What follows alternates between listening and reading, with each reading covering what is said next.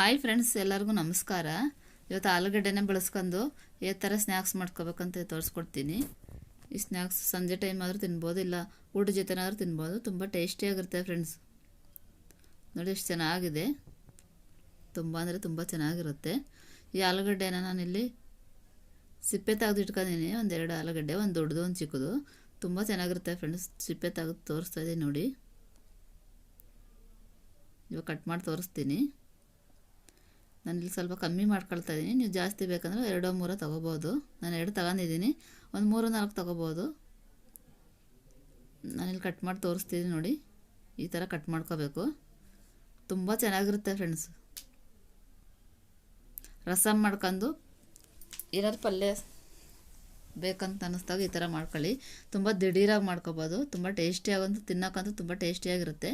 ಈಗ ಒಂದು ತವ ಇಟ್ಕೊಂಡಿದ್ದೀನಿ.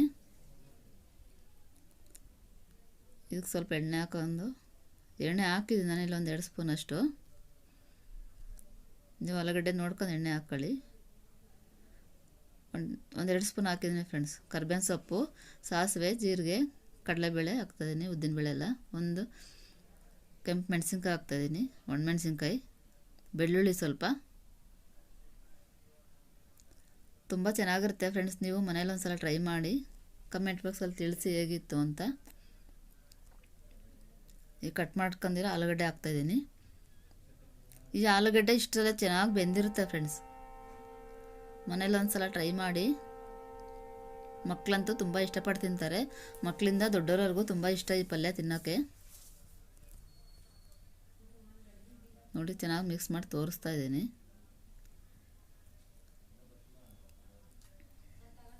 ಚೆನ್ನಾಗಿ ಮಿಕ್ಸ್ ಮಾಡಿದ್ದೀನಿ, ಕುದೀತಾ ಇದೆ. ಈ ಗ್ಯಾಸ್ನ ಸ್ವಲ್ಪ ಕಮ್ಮಿ ಇಟ್ಕೊಳ್ಳಿ. ತುಂಬ ಜಾಸ್ತಿ ಇಟ್ಕೊಂಡ್ರೆ ಸೀದೋಗ್ಬಿಡುತ್ತೆ.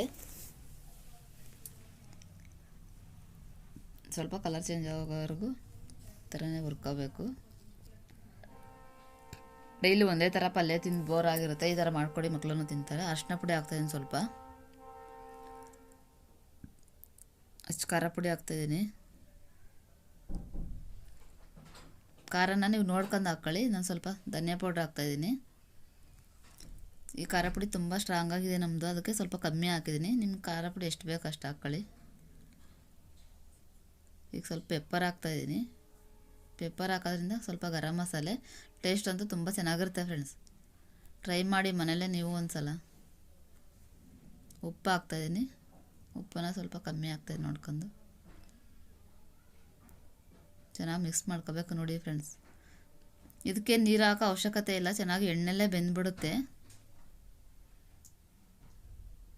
ನೋಡಿ ಎಷ್ಟು ಚೆನ್ನಾಗಿ ಕಾಣಿಸ್ತಿದೆ, ಕಲ್ಲರು ಚೆನ್ನಾಗಿದೆ ನೋಡೋದಕ್ಕೆ. ಒಂದು ಸ್ವಲ್ಪ ಕೈ ತಿರುಗಿಸ್ತಾನೆ ಇರಬೇಕು ಸೌಟನ್ನ, ಯಾಕೆಂದರೆ ಸೀದೋಗ್ಬಿಡುತ್ತೆ, ನೀರು ಹಾಕಲ್ವಲ್ಲ. ಈಗ ಆಗಿದೆ ನೋಡಿ ಫ್ರೆಂಡ್ಸ್. ಸರ್ವ್ ಮಾಡಿ ತೋರಿಸ್ತಾ ಇದ್ದೀನಿ. ಈ ವಿಡಿಯೋ ಇಷ್ಟ ಆಗಿದ್ರೆ ಲೈಕ್ ಮಾಡಿ, ಶೇರ್ ಮಾಡಿ. ಈ ನನ್ನ ವಿಡಿಯೋ ನೋಡೋದಕ್ಕಾಗಿ ಎಲ್ರಿಗೂ ನಮಸ್ಕಾರ, ಧನ್ಯವಾದಗಳು.